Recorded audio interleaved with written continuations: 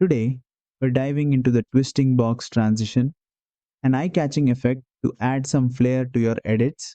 Let's jump in. Start by importing your clips into the timeline and placing them back to back. This sets the base for our transition. Next, head to the effects library on the edit page. Search for box twist under video transitions.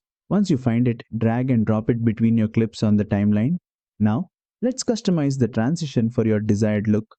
Click on the transition and open the inspector panel on the top right. Adjust the twist value to control how much rotation happens during the transition. A twist value of 1 gives a subtle turn.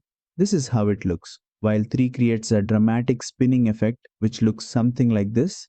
Play around with the pushback value to adjust the depth of the effect.